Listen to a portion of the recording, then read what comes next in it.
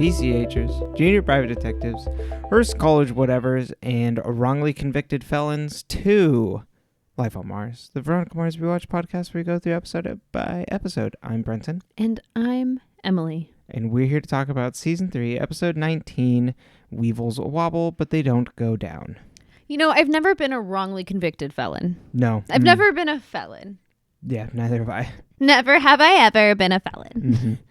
Well, I guess wrongly confused. Accused. I'm confused too, because I'd be really confused if I was arrested for a felony. Yeah, absolutely. I don't know what you were doing. Well, and at this point, like, especially now, like, the last time I did anything that could even be conceived as sketchy was probably half a decade ago. Probably. Remember that time we bought wine at the grocery store and I didn't have my ID on me? Mm-hmm. Like, ooh, and even that was like 2 years ago. Also, I don't think that's a felony. No, it's not a felony at all. Yeah, you got to do a lot. Yeah. We'd have to actually do things. Yeah, apparently. Or be misconstrued for people who did things. That's right. Or be wrongly accused of things that you didn't do and may or may not have even heard of or know anything about, because that tends to happen to people. Mm-hmm. But it doesn't tend to happen to us because we are white. Exactly. Yeah, we are not, In Weevil's case, we're not Latinx. Yeah, we have, the worst thing I've been confused for is a Karen. Yeah. And even then, I've never been really confused for a Karen. No, and I feel like the case of the week this week is a case of a bunch of Karens. Yeah, it's the Young Karens program. Yeah. But and just also in the outrage of everybody against it. Well, it was very silly. It was all rich kids, which is the problem. Right. Because it's all rich kids. It's always rich kids. They are a problem. Rich kids can do felonies and not get caught. Yeah, but I didn't understand that also. I was left wanting by this case of the week. Well, and also, so in the end, I mean, we can get to it when we get there, but it's like, they turned themselves in, but like they're not going to get in the same type of trouble that Weevil was in. No, definitely not. Which doesn't make any sense, because they got turned into the campus police and Weevil was turned into the sheriff. Right. Mm-hmm. Yeah. Veronica lets him off easy.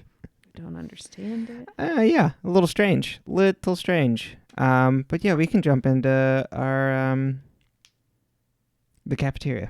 Yeah. So we start with Mac and Veronica chatting about Piz and quote unquote girly things, because men have this really weird scope of how women communicate when they're alone. Right. Well, it's not, you know what, like, Mac would really be asking, like a real girl friendship. It'd be like, yeah, like I slept with Piz and like, you know, like it was all right. Or it'd be like, oh, like he's really good. You know, like there'd be like real conversation. It wouldn't be like, ooh, I just don't know if he just, like, I'd be mad if he didn't pay attention to me, and I'm mad that he does pay attention to me, and it makes me so, like, I guess I'd be mad if he didn't want me. Like, that's, no, we're talking about weird shit. But they're also calling attention to... She's not like other girls. Exactly. It's just like, oh, we fell into the trap. But you're falling into the trap of TV tropes, not real conversation. Yeah, it's toxic masculinity. That's what it is. There's a lot of toxic masculinity in this conversation between two women. Yeah, you just don't know how to rate women. Well, and it's, like... Women talk, like, there'd be a conversation. I don't know. It's just odd. Though all of the conversations between Mac and Veronica are pretty surface level. Yeah, absolutely. And it's like they've been through some shit together. Uh-huh. Like, yeah. No, there'd be like real they'd be like, oh, and like, you know, Veronica would be eating out of Mac's ice cream or whatever. Like, this real friendship. Yeah, they don't know how to write real friends. Female friendships. No. Yeah, like I think, because I use the example I did because I think of my best friend who would be like, well, what's he like? And then be like, well, do you think that has to do with his childhood? And then, you know, you'd unpack like half of these things that had nothing to do with each other, all while she eats your ice cream while you're waiting in line to pay for both of your ice creams. Totally. It is very women act like this. But I mean, you know, the guys are written like dudes. Like later in the episode, it's just like, yes, of course, this would exactly be what the guy would mention to his friends, like, hey, this will make you feel right better. And it's just like, oh, why is he also drinking here? This didn't really work.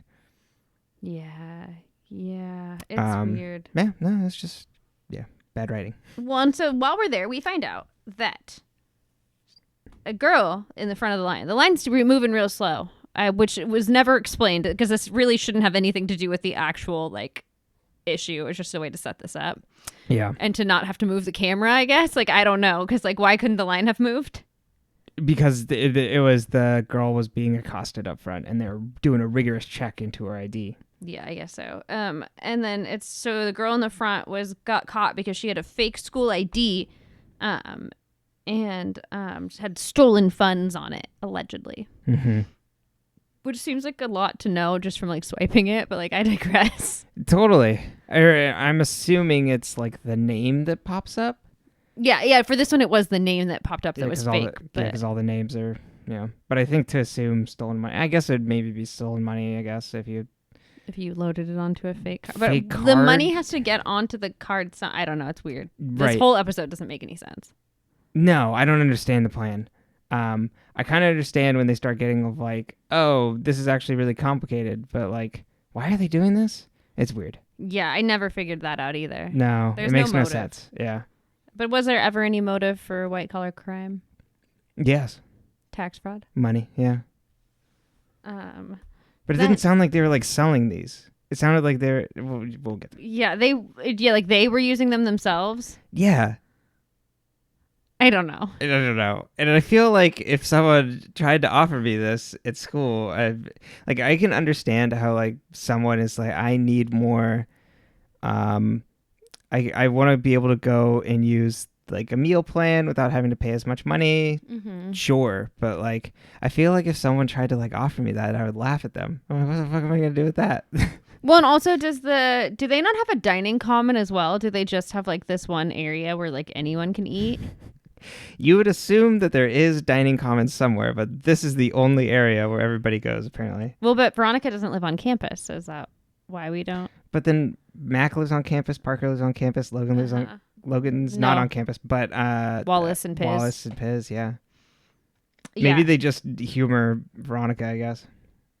I don't know. No, because people like, why were Parker and Logan? You know what I mean? Yeah, like, it's like everyone can just be there. I don't know. It's strange. I'm confused. But it doesn't. We don't know their mascot, and we don't understand their university design. No, I don't get it. I just don't. It doesn't feel like Hearst is making any good money off of this either. It feels like they're struggling. No, they had to outsource all their meals to restaurants.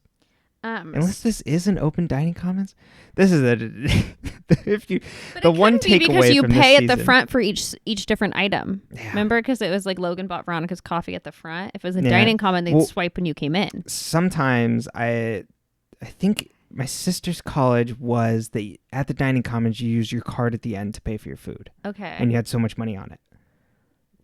So I think there are certain ones that are structured like this. That's so odd. This is what you came for this podcast for. Us getting hung up on this cafeteria once a week. It's just like the whole thing doesn't make any sense and I can't get past it. Like, It's like I'm hyper fixated on it now. Every week it just gets weirder. It's really bad. Yeah. And I don't know. So frustrating. So then we cut over to Weevil. The girl gets taken away by campus security because she had a card that wasn't hers, allegedly. Weevil is talking to HR because he injured himself at work, and the man who works HR at the school is an absolute dick and like just asking for a lawsuit. Yes, this man is looking for a lawsuit, which is like the only job that I really took away from being in HR was we don't want to hire a lawyer, so figure it out. Mm-hmm.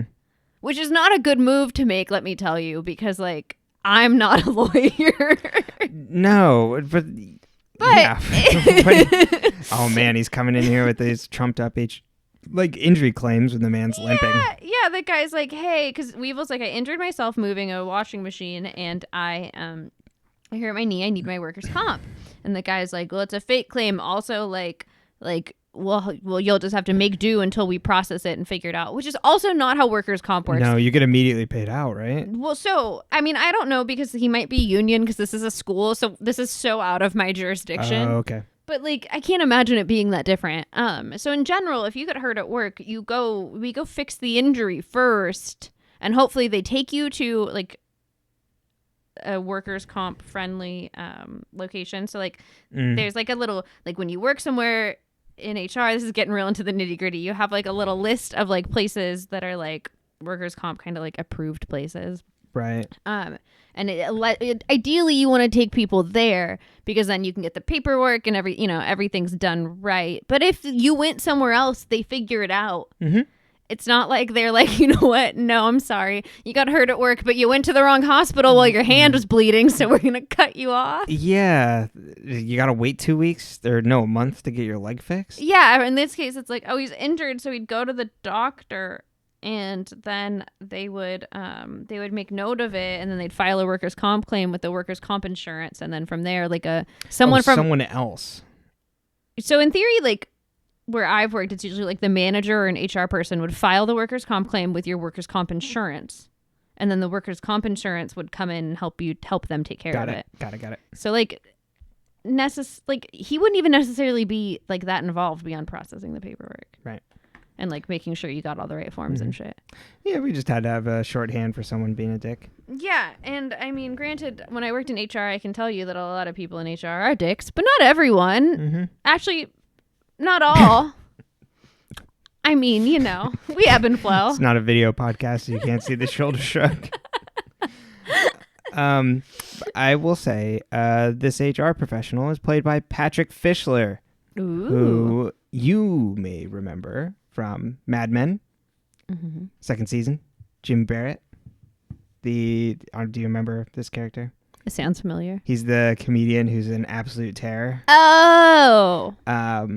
But he's also been he's a small role in the new Twin Peaks season. He was in Mulholland Drive as the guy who has the dream about the scary thing behind the dumpster, and then they go walk behind the dumpster, and the scary monster jumps out and he faints. Mm-hmm. So yeah, that's my main reason. But when we arrive a little later, and there's the woman that Veronica talks to that works with him, and is like the admin lady that works in the bursar. She's the office. bursar. Oh, okay, there you go. Her thing literally says bursar. Okay, I'm having the same trouble as Weeble, not knowing what a bursar is. But she is his wife. Really? Like in real life? Yeah, exactly. Yeah. Who knows if the characters are married, but yeah. A bursar is a professional financial administrator at a school or university. There you go. And her name is Lauren Bowles. Nice. But yeah, just a little brief overview of workers' comp. Exactly. And great character actors. So I think he's really good. Yeah. But so for those of you, if you ever get injured at work, tell your boss and then tell HR. They'll take care of it. Mm-hmm. And if they act like this man, throw a fit. Yeah. Because it's a lawsuit waiting to happen. Mm-hmm. It's not good. But yeah. So HR is a dick. I'm not sure if what he said was legal. And we move on, and then we go over to Veronica. Her and Mac had decided when they talked earlier that the best way for Veronica to comfort Piz was to tell Piz that she'd miss him too over the summer because he's sad that she'll be gone. Yeah. So to actually allegedly. But like at the same time, she's like, yeah, he's excited about it. He just wishes it wasn't so far. And I'm like, yeah, that sounds like a healthy conversation. Excuse me. Yeah, I can see Piz moping. Mm-hmm. So she does this cute thing and she calls Piz while she's in the dorm room. Like she's laying on Wallace's bed and he's on his bed. And then she's like, I'll miss you. And she pretends like she's at her FBI training. And then they have sex. Mm-hmm. No clarity came on whether he took the Pitchfork internship or not. I'm assuming he didn't. Yeah, I was wondering if he didn't. He took the one that was local to stay near her, and that's why part of it. And then she left. But that never gets touched on. I feel like it does in the next episode. Okay. Well, we only got one more. Either that or it doesn't, and I just made up my own version. Right, and then, I do that on occasion. Much like the rest of the viewers, we are going to take 7 years off, and then we'll do the movie. Oh, we're going to take a 7-year gap? Got a gap year? We'll gap 7 years. So, then we cut over to the sheriff's station. And Sheriff Mars has, the people who use the fake IDs looking at a lineup of potential felons and criminals to, identify who's selling the fake IDs. And both of the people he brought in who look very like wealthy, brown nosy, Yep. studious, wealthy kids point out Weevil. They say that one, the one who works on the campus. Mm-hmm. Which makes sense because he's probably the only one there that works on the campus. Yeah. Mm-hmm. They're like, yep, it's that guy. So Weevil is like, hi, Sheriff Mars, like, I didn't do this. What's Veronica's phone number? Yeah. Fantastic. So he calls Veronica, leaves her a voicemail. Veronica listens to it. And she's like, well, why would this happen? Why would they say it's you if it wasn't you? And Weevil's like, well, like, I don't know, because I'm an ex-con and I'm work on the campus. And she's like, why would they know you're an ex-con if you've been walking around telling everyone your story? And he's like, only your criminology class that you asked me to tell my story in. She's like, oh, right. I did this to you. Yeah. She's like, I barely remember episode 5, so. It's all blurry for all of us. Mm-hmm. So then Veronica's like, okay, I'm going to look into this. Veronica goes to the bursar. Badge in hand. This is a theme through the episode of and the last 5. Aren't you young? Well, no. Oh, the badge. Because that's been a lot lately. But the badge specifically, every time she gets a chance to bust out the badge, she's showing the badge. She's like, I'm fucking certified now. Which, hey, I totally would too. I passed this test. I earned this. Which, when we get to the movie, I'm gonna have to bring up because it's a really weird thing that I'm like, you were very excited about this, lady. Mm-hmm. Mm-hmm.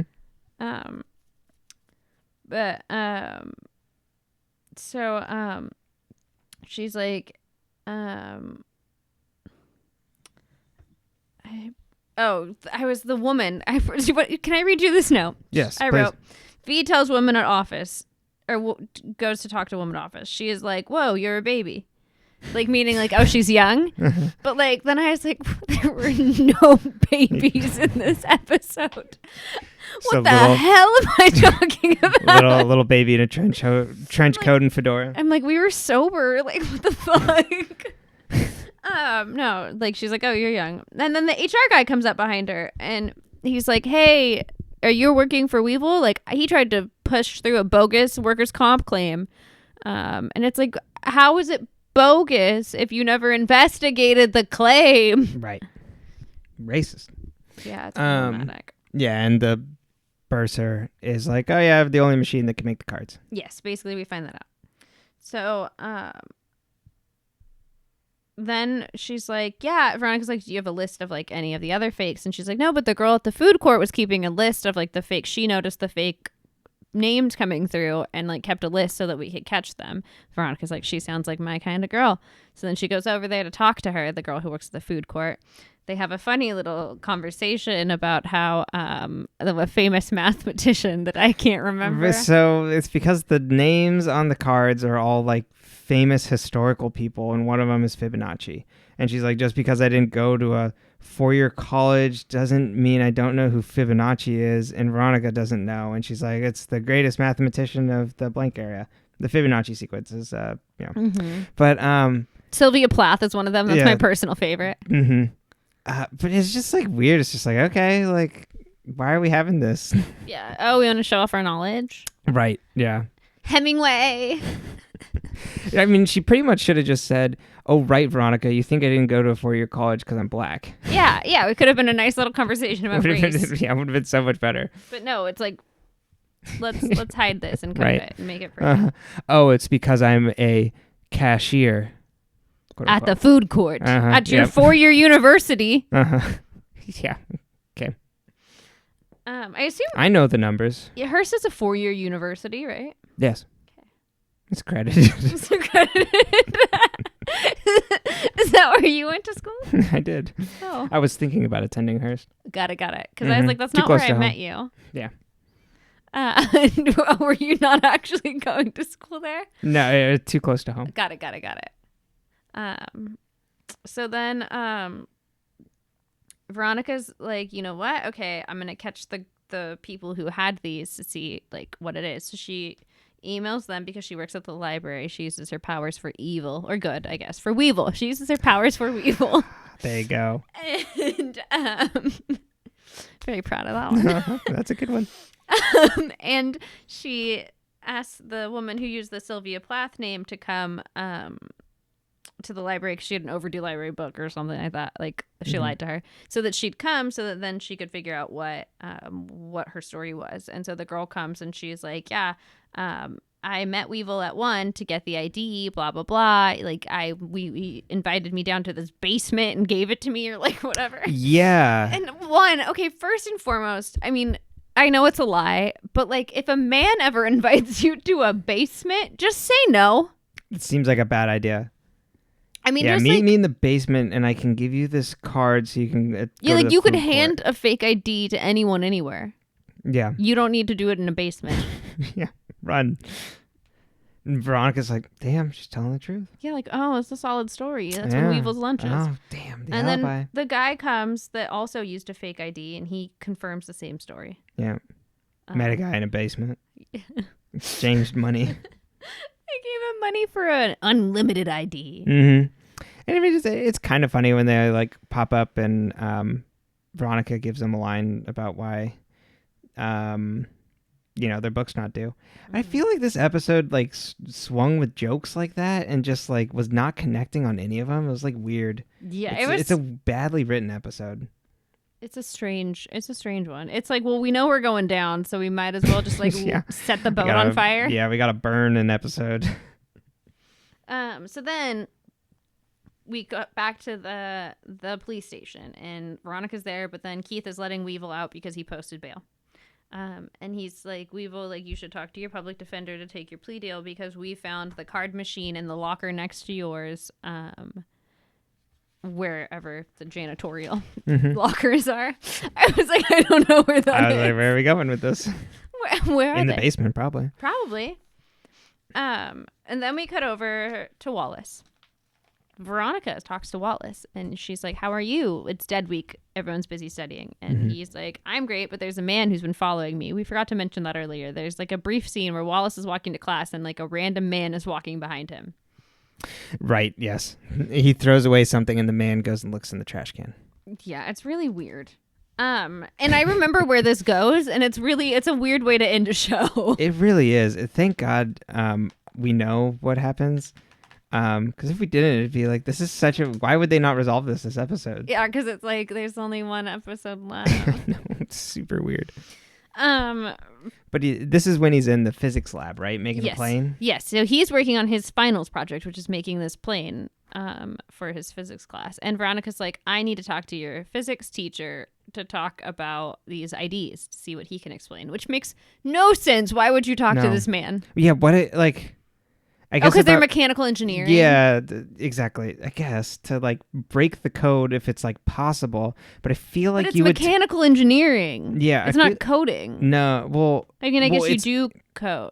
Yeah, that's what it is. It's because it's the physical thing. It's not about like what's going into the code that like puts it on the card. Sort of thing. It's about the actual like making the card, like how the machine works. Totally, but I feel like you would also ask your IT department who would run that sort of thing, or like the company itself. Yeah, I would have called the company directly. That's what I thought. That's where I thought this was going, and it didn't go there. No, But she also makes a crack about like, damn, I wish I was doing it for my finals. It's like, no, you don't. He had to like 3D print this entire thing. Like, do you see the models on his like computer? Yeah, he had to make and this was back in what, 2007. So. No, I mean, not 3D printing, but. Yeah, my freshman year of high school. Veronica is exactly like 5 years older than me. She's got the same age gap as me and one of my cousins. Oh, that's nice. But yeah, no. So Veronica goes to ask about the cards with the physics teacher, and he's like, mechanical engineers have a computer that could crack the ID, but like, really, like, it'd be really hard to do. And he's like, there's only one kid who like would be able to do that. You should come here after dark if you want to meet him. Yeah. Like, what is this meeting on the campus and labs in the dark? Why does everyone have access to these labs? He wrote his thesis and he's a PhD vampire student. Yeah, as the professor says, he's a vampire. Mm-hmm. Then we cut over to Veronica and Piz. They're snuggling and making out on the couch. And Veronica's like, you should just ask him. And we're like, ask who what? And it's the sheriff, because Piz wanted to ask Sheriff Mars to be on his radio show. at the same time as Vinny Van Lowe. So fucking ape is like just pulling in people from the community. Oh God, I wish we had more shots of this radio show. We'll get to my favorite moment of the entire episode later. But the pull this kid has, 18 years old or 19? Yeah, 19 years 19. old. Yeah. And like just like has important people of the town come meet this kid and do a counterpoint on his radio show. I mean, it is an election season. Yeah. I mean, the dean arriving on the show all those episodes ago, R.I.P., legitimized it. Well, and the dean didn't show up for like 7. Piz had He built had a this drought. from the ground up. Yeah. So Keith comes home, and Piz asks the sheriff to be on his radio show against Vinny. He says yes. I asked Vinny first is the subtext of this. Or Vinny asked to be on it first. You think Vinny went to, Uh-huh. And then Piz is like, yeah, you can talk to my booker. We'll find some time. Yeah, Piz is a big shot. Exactly. Piz He's isn't like, making his own schedule. He's doing this as a favor to his girlfriend's dad. right. Yeah, by asking him in person to be on the show. Uh-huh. Yeah, instead of giving him the runaround. Uh-huh. But then he says yes, whatever. Veronica and Keith fight about being digital versus being analog because they need to replace the answering machine because it keeps deleting half of messages. Yeah. Running out of tape. And she's like, yeah, also Dad, like I know it's not Weevil. And he's like, honey, they dusted the box. It's like covered in Weevil's prints. And only Weevil's prints. And that's weird too, because like, how could it only be covered in Weevil's prints? Yeah. So yeah, what was this box doing? What was the second box doing before? And why does it only have Weevil's prints on it? Because you have to get them from the manufacturer. Do some detectiving, Keith. You still got it in you, even though you are horrible in your new job. ACAB. Including Keith. Sorry. This is a Tony Hawk Twitter situation of like, me when the race war killing Tony Hawk. Oh yeah. It's just like that with Keith.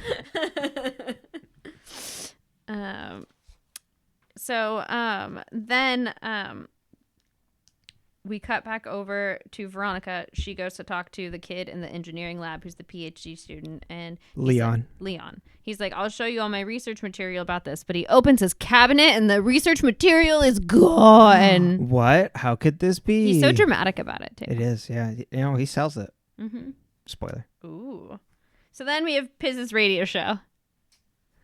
Do you want to take this one? Sure, I'd love to. It brings on Keith. He's got Keith, Vinny. Fucking opens the show with an absolute gut punch of a question. Piz knows what he's doing. He's trying to put Keith in the hot spot by literally opening up a question about the crackdown on underage drinking. Which is just an absolute check. And so Keith has like, well, the age of drinking is 21, and then Vinny goes on and on about how like there are more important crimes like terrorism, yes, and murder that are affecting Neptunians. Did you think like when we were watching this, I was like, man, that's how every like hardcore conservative sounds on my Twitter feed. Yeah, absolutely. There's terrorists and murders. It's like, no, you live in the suburbs, Sharon. There are no terrorists and murders unless you count the dog next door. That's why I need my guns. Burying ammo in your backyard. Exactly. What backyard? You have to be able to afford one. Exactly. See, there you go. You got to have all this extra income to be able to afford guns too. But being conservative blowhard, and then Piz, like an evil mastermind, opens up the phone lines for all of Hearst to take a punch at Keith. So then it drags on and on and on about it. I wrote, I just thought it was fucking hilarious that Piz invites him on and just absolutely trashes him. I wrote, radio show not going good. Then we cut over to Wallace. He notices the guy that's been following him followed him to the library. So he gets up and sneaks away. and sneaks over to the guy's spot while the guy's looking at Wallace's stuff. And then the guy comes up behind Wallace while he's looking, and Wallace finds a file with his photos and his transcripts and weird shit in it. Yeah, really creepy. And the guy goes, "You've been tapped for the castle." And Why did you need to follow me around? You couldn't have just said that? Like, send me an invitation. Yeah. Also, is this a club of magicians? Why is it the castle? Well, then, I mean, you know, That'd it's be all significantly forgiven. more exciting. Yeah, why did you need to look at his computer? And only until he was confronted did the guy say he's been tapped for the castle. Yeah, was he just going to wait until he noticed him? So this is when you don't accept that, Wallace. You don't accept, even if you know what the castle is, which apparently Wallace does. I assume it's Skull and Bones for Hearst. I'm assuming too. Or what's the version? My favorite one is the Mayflowers. The one from Gilmore Girls. Isn't that Skull and Bones? No. Skull and Bones is the real one? Yeah. The Life and Death. Life and Death Brigade. Yeah, Skull and Bones is the real one. Yeah, I was like, oh, that's the real one. And I think they, like, in Gilmore Girls, they make it like Life and Death, or like Skull and Bones is real, but like, and people know about it. But this one's like more elusive. That's like harder for people to like pin down what they do. Because we're the newer. No, it wasn't even newer necessarily. It was just like, because it was like all their dads had been in it. It was just more secretive. Gotcha. Okay. It was less. They'd been caught less, basically. Where Skull and Bones are like, we're here. There's always a more elusive club. Yeah. You know what? There's always a more elusive club. And do you even want to be in that club? No, definitely not. After joining a sorority, I can safely tell you that was it was a big waste of money. Yeah. It was a big time suck. So Wallace, what we're saying is, well, you just don't accept the invitation from the guy who's been following you around for days. He could have just like done something normal and invited you. Why do you have to follow you around and then go look on your computer? Yeah, why is he looking on your computer? It's creepy. We also skipped over the scene in which Wallace and Veronica talk about this and make a bunch of I loosely covered it, but not about this part. Yeah, just all the homophobic jokes that were flying back and forth. It's like, okay, all right. Well, and it's very much like, I want to be supportive, but I'm not interested. And it's like, no one's trying to hit on you. Uh-huh. If someone's trying to hit on you, they would have talked. Yeah. I'm covering me being uncomfortable with this. Yeah, it was by weird. saying that I support them, but also I'm scared. Mm-hmm. They seemed a lot more comfortable talking about the invisible children. 100%. I mean, Wallace is signed up. How is he going to have time for this? Skull and Bow Society. Oh, castles. Castle. Castle. We cut over to Weevil and Veronica's like, Weevil, what did you touch before the day you got busted? And he's like, I don't know. And she's like, we're going to do a day in your life then, because we need to figure it out. Day in your life log. So we go through his day, and he apparently at one point went over to where the radio show is because there was an issue. So we cut into the radio show while Piz is still interviewing Vinny and Keith. So Weevil can check under the table and see what he touched and see if he, anything weird down there that was like the box.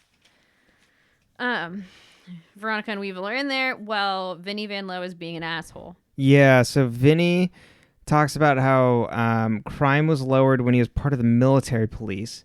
And then I was like, excuse me? And then Keith said, oh, weren't you dishonorably discharged? So then Vinny's like, all right, rolling up the sleeves time. Let me say, like, how many times you were brought into the sheriff's office, like, as a detective, and, like, how many times Veronica's gotten in trouble. Yeah, he's like, and his daughter's been in there, like, arrested twice, or brought in for questioning twice. Like, you can't control the crime at home. How can you control the crime in this town? Mm-hmm. And Veronica hits him. Yep. Smacks him into his mic. Mm-hmm. And everybody laughs. And Piz is like, yeah, that's my lady. Mm-hmm. Because Piz is in love. Yeah.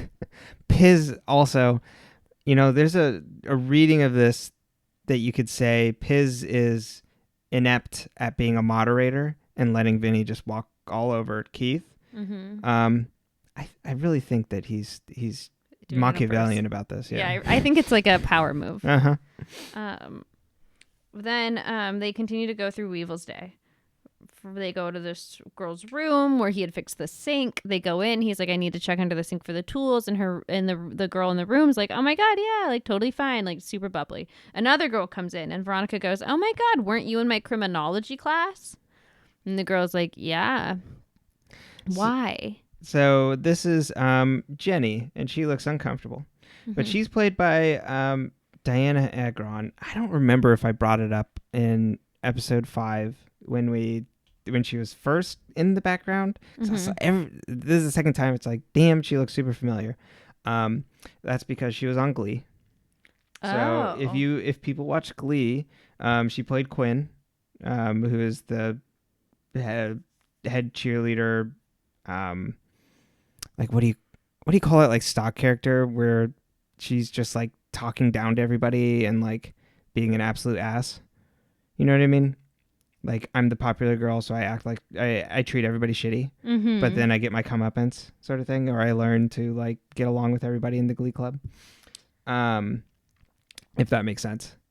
So there was a rumor at one point that her and Taylor Swift were dating in like 2015 or 2011. 2011. Oh, okay. So there's like Diana Agron. Agron. Yeah. Okay. So there's like this weird area of the internet that is like trying to make Taylor Swift gay. And like, which is like, she's never claimed that she identifies in any way, shape, or form. And, you know, why would we have any reason to assume what she identifies as? And it's not, I couldn't care less.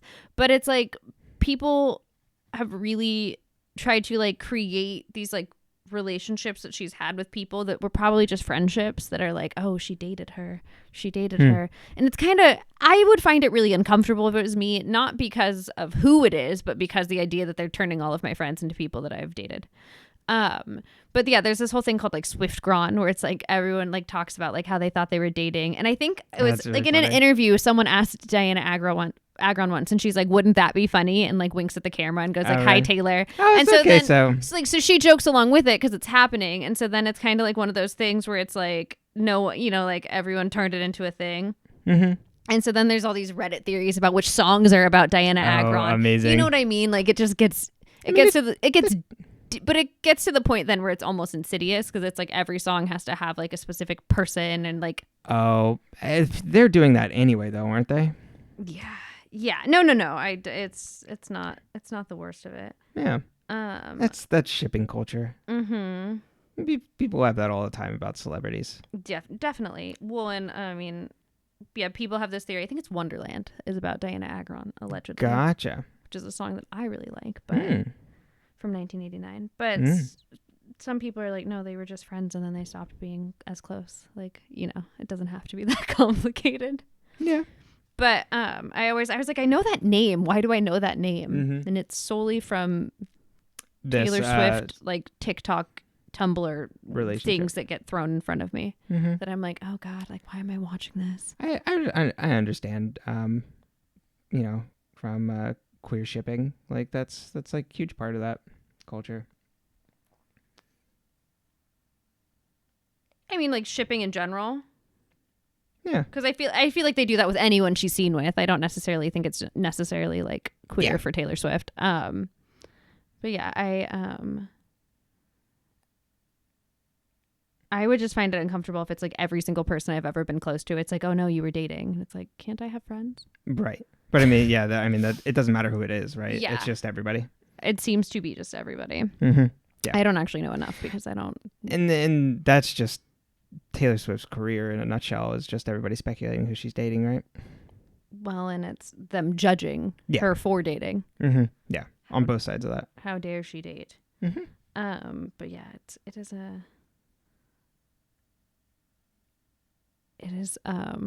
is funny because I was like, why do I know that name? Yeah, there you go.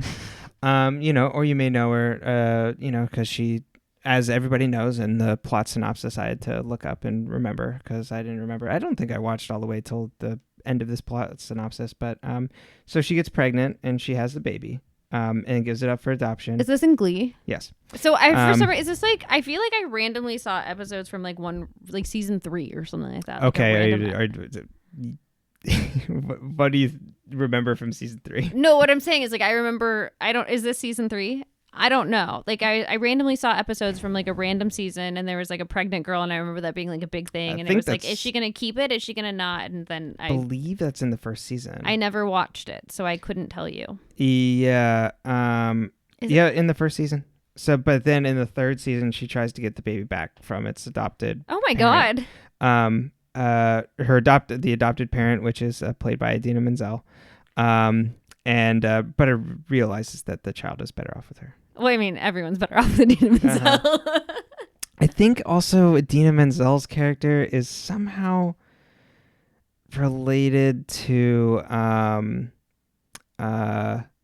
no, she isn't, but people wanted her to be. The main actress of Glee, that was Leah Michele, because they look similar. But I don't think she ended up actually being like her character related. I think people wanted, because it's like, oh, she looks like her, she should be her mom or something. But she wasn't. Also, I've heard Leah Michele in Inhuman is a nightmare person. But yeah, there you go. There's a tangent into Glee. I haven't thought about that in forever. Oh yeah, I never really watched it. I just remember that they threw slushies at people. Watch the first season. Oh, you don't like musicals? I think I've watched the second season. Yeah. Why'd you watch Glee? Take me through this. Everything else around it was like, I didn't like the musical parts. I'm like, damn, like these pop ballads are fucking irritating. But the writing around this is really fun. It's so many medleys. It really is. And like, but there's the undercurrent of it that's like kind of partially like Mean Girls in that Ryan Murphy sense. So like that part is fun.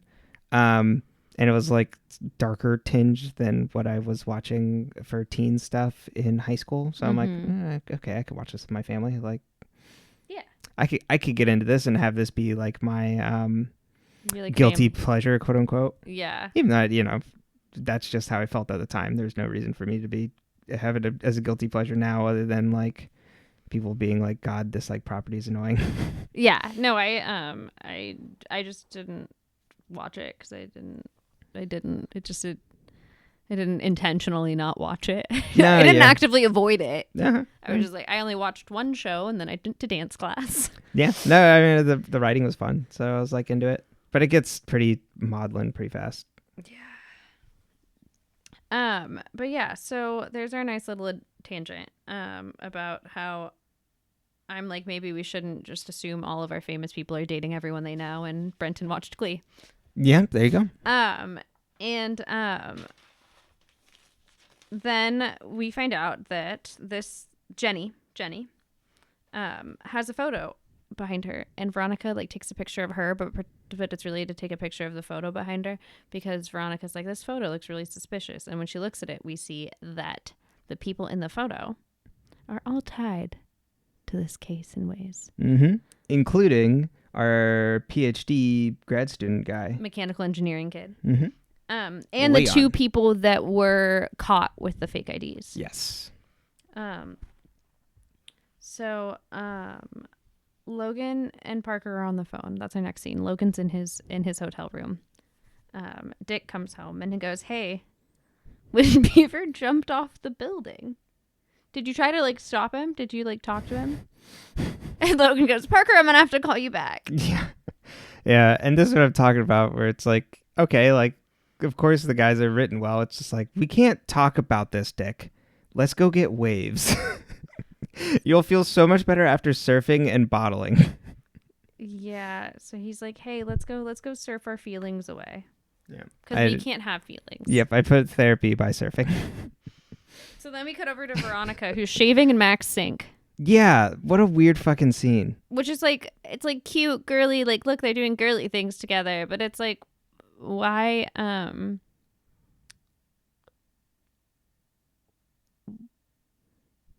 didn't she like just have sex with Piz and then she like shaved her legs after, which is fine. Like, you don't need to shave your legs to have sex. I'm not into that. But you're going to shave your legs and then go to the beach? Like, just why? Why shave them? Yeah, exactly. I guess just like because you're going to be wearing like a bikini. So, but like, it's a weird thing for like Mac to shame her about.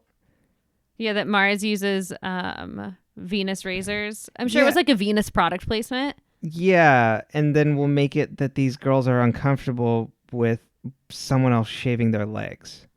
That's not what it was it? Yeah. I didn't think they were uncomfortable. It seemed like it, or it's not uncomfortable, but it was like Mac was like making fun of her almost for like shaving her legs. Oh, you're shaving your legs, Mars? No, it was Mars who were using a Venus razor. Mars uses Venus. Right. Oh, look at like you. You're a girly girl, like shaving your legs using Venus. Yeah. I think it was probably playing back into the idea of like doing typical girl things, because that's what we do. We eat froyo and we shave our legs. Shave our legs, yeah. It loops right back around to that same conversation. It's fucking weird call out. Checks my legs. I'm like, yes, eats froyo and shaved legs. We have no froyo. I have no shaved legs. I was gonna say slightly lactose intolerant. I just, I like to be a little prickly. I'm like a porcupine. You never know if you're gonna come across me, and I'm like. And whether or not you shave your legs, whatever, that's your fucking business. It doesn't change my, I was going to say my gender. It doesn't change who I am. But also at the same time, girls are brought up to have to shave their legs all the time. So it seems like a weird thing to razz someone else about. Unless you are raised in a home that tells you that good girls don't shave above the knee. Well, there you go. Oh, and yeah. I feel like a lot of girls are told that. And yes. it was something that, to me, that I was like, why? Mm-hmm.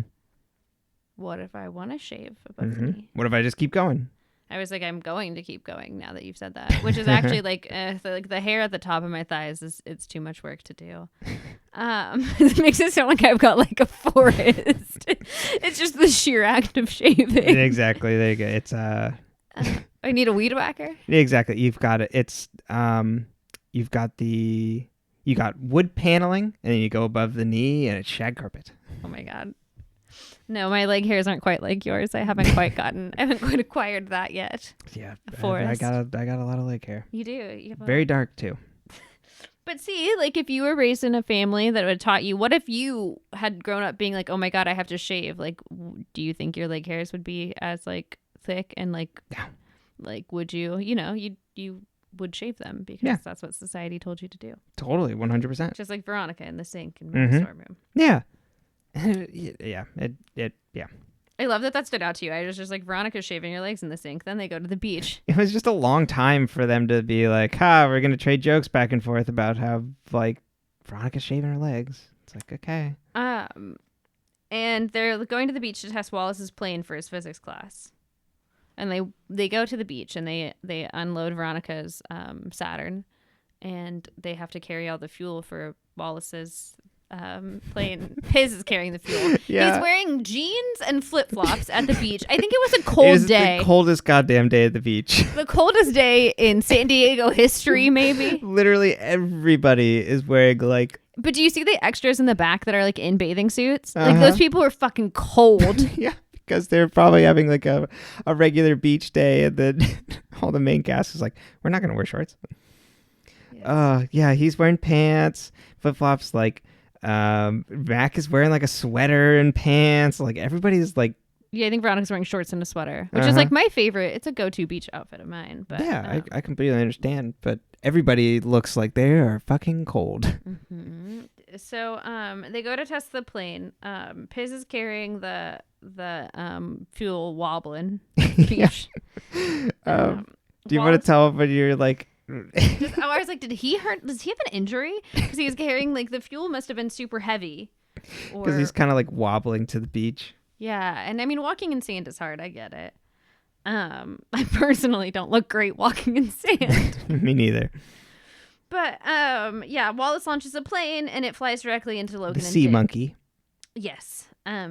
Dick then invites them to hang out with them while Wallace fixed the plane. And so Dick and Logan, who are drinking beers and having a bonfire after their surfing day, and then Piz and Veronica and Mac are all sitting together around a fire at the beach. Yep, most awkward bonfire you ever did see in the middle of the day.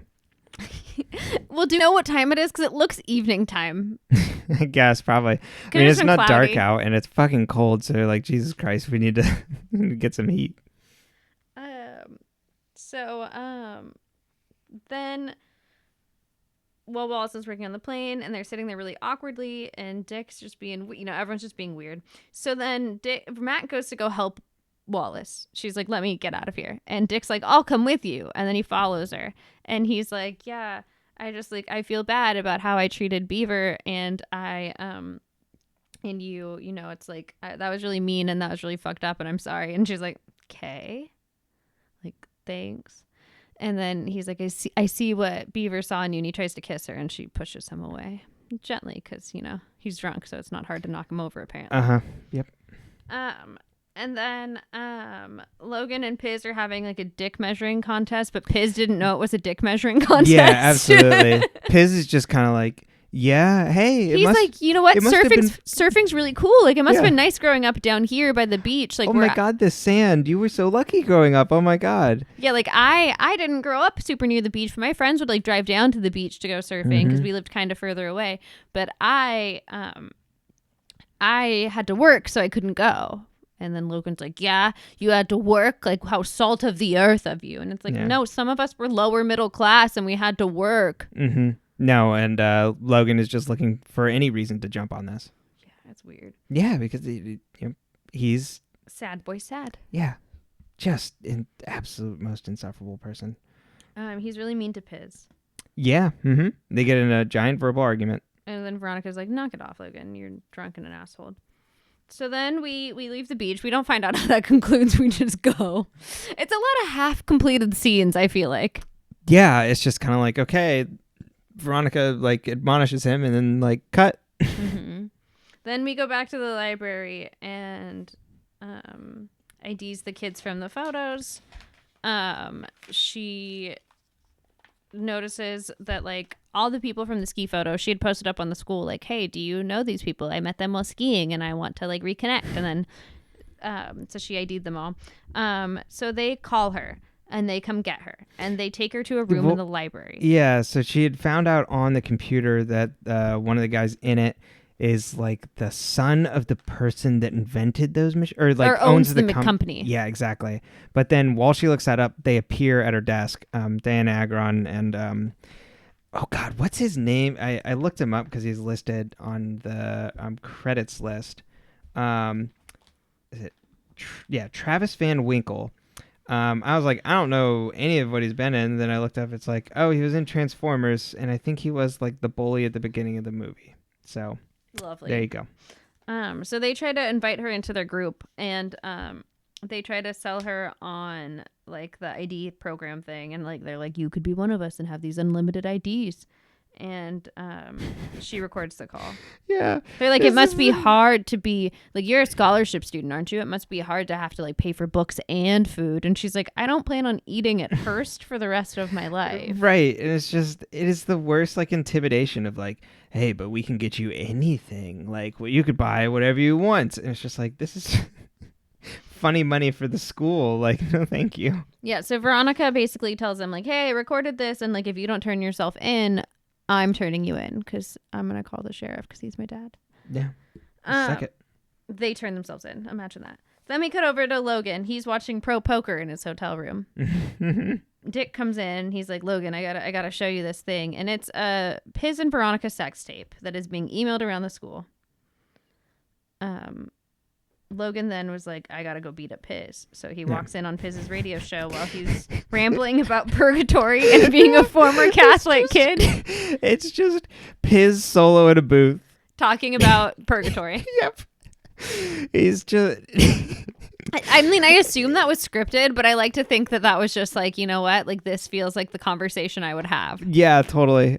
Just Piz just in a booth being like, yeah, growing up Catholic, I could never wrap my head around purgatory. Like, it's great. That's what people are turning in for, is just Piz solo musing on the radio show. It's like, we like the interviews. Piz ponders. Totally. No, I mean, Piz is pioneering WTF before Mark Maron ever did it. Like, were you sure WTF wasn't around yet? But WTF might have been around at this point. Let's see. Mark Maron really was like, you know what, podcast? I can do this. I can join this. Right, exactly. Hey, this Piz guy. He watched this episode and started WTF. Exactly. Oh my God, it's just so funny. Just him sitting in a booth, like just talking, rambling about purgatory. And being totally. a former Catholic kid. 2009 is when WTF started. So. Not yet. Exactly. So he saw that, like, oh hey, I could do interviews and also ramble on mic. So then Logan comes in and beats Piz up. Yeah, in a really like gruesome like chase scene. Yeah, it's just him beating up Piz, but every now and then Piz gets like a punch back. And then like runs. Yeah, it's weird.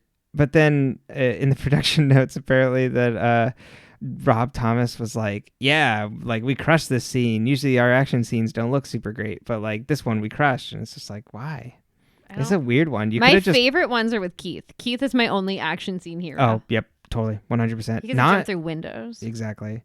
This is just like, oh, Logan's being the absolute worst person again and just violently attacking someone. For something that they like, why do you think, like, okay, Logan, would you release a sex tape, like, of your own? Yeah, like, why would you think Piz would release his own sex tape? Right.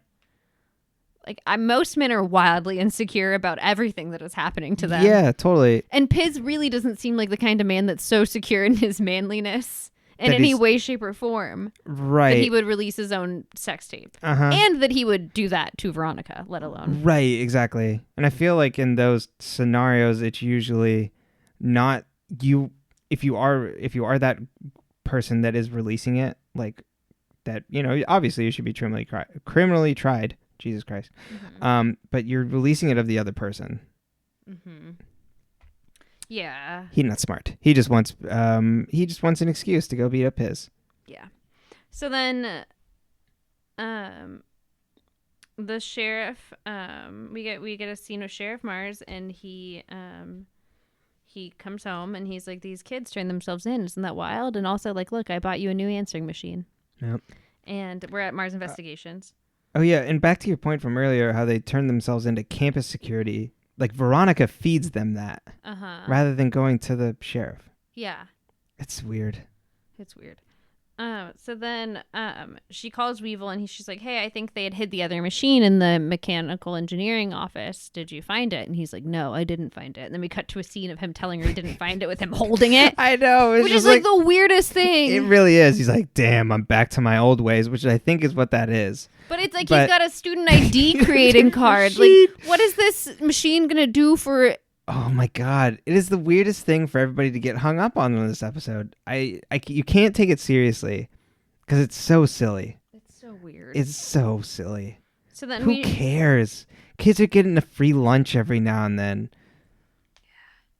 Well, or just like, I mean, like the school can care and like we can bust them, but like, yeah. Why would anyone get into selling this? Like, it doesn't seem like it has a good payout. Totally. But, and then also at the same time, why is Keith super obsessed with this? He's like, that's fraud.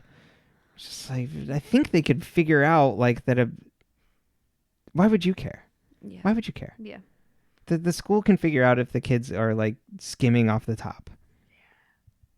Well, so then... And why are the rich kids doing this? Again. Once again, it makes no sense. The whole episode makes no sense. Why are they... What is the business plan? Are they making money because they aren't selling to anybody else? They're already rich. So, like, why do they care about getting free meals? Unless, like, we got some reason that we don't get of them being, like, cut off from their family, which would be a potential reason. I don't know. Makes no sense. But they didn't tell us that. The only one that I could see doing it is the grad student is because he's a grad student and he's making no money. So then we get our final, most confusing scene of all. Logan shows up bloodied and bruised at Mars Investigations and says, Veronica, I need to tell you something. And Veronica closes the door to her father's office. I'm sorry, the man that you dated shows up bloodied and bruised and then tells you that he needs to tell you something. And you know he has a history of violence and he's traumatized. Absolutely. And he is not your boyfriend anymore. And even if he was, you're not protecting him. Yeah, look at the size of him. Exactly. And look at his knuckles. Yeah. Like that guy's been attacking someone. And who and why? Mm-hmm. There's something you should know. Yep. So next week we will uncover who released the sex tape and why. Yep. What happens with Veronica and Piz? I have a bad feeling about this. You? I do. I don't. But then it'll be the end of season 3. And then we can watch the movie. It'll be the end of the original run of Veronica Mars. Wow. Weird. How are you feeling? Yeah, it's... It's been an emotional roller coaster. It has. I am ready to be done with this season. Not Me gonna too. lie. I've liked the more Piz-centric episodes better. Yeah. But it's just... I don't know, man. Yeah, it's rotten. It wasn't a good time for any of us. Like, think back. What were you doing in 2007? I was freshman in high school. Sophomore? What a great year for me. Oh wait, no, this was 2007. This is like spring 2007. So I was probably finishing up my. I was finishing 8th grade. Then I was graduating 8th grade. I was finishing up my freshman year. I was excited to go to high school. My freshman year was all right. I was doing all right. Like I was just a much bigger like dork, but opposed to. Yeah, exactly. Yeah, I was about the same. I was valedictorian of my 8th grade class. Wow. There were 32 kids in it. This is a really tough competition. Suck on that. And I let's see here, what else? My mom was dating some guy who I think she was gonna marry, and I guess he's all right. We've had him for a while now. The way that started made it sound like it was just gonna be some other guy other than your stepdad. No, my mother, if she I don't think she dated anyone besides him after my dad. Yeah. I think she dated Jim, and then she said, she was like, no, he's gonna leave, like we're just gonna date, you can't meet him. And I was like, that seems really dumb, because like, why are you dating someone who's gonna leave? And she's like, well, he's gonna leave, like you can't meet him because I don't want you to get attached. And I was like, oh, you think Alm will get attached? You know who got attached? Yeah, Jim. Exactly. Guess who never left? Mm-hmm. And now we've had a Jim. Came back. The cat never even left. There you go. Moved in. And the cat didn't come back. You'd have to have moved it out of the house first when we moved in. And then 2 years later, they got married. I think it was in between my freshman and sophomore year. So I guess a year later they got married. Very sweet. Yep, that's when I got my Jimothy. I think he came to my 8th grade graduation. I can't remember. I did my speech on The Places You'll Go by Dr. Seuss. And I thanked all of the teachers at the school for teaching us how to read. I like it. Mm-hmm. Imagine how easy that was to get approved. Uh-huh. All right, we like this speech. Oh, that's me. Always a people pleaser. Yeah. Well, should we plug? Yeah, all the places you'll go. Oh, after you finish this podcast. Yeah. Well, you can head over to butreallythough.com. That was spelled THO. I am a life and career coach. I help people get their shit together. I don't work at HR anymore because I didn't like it.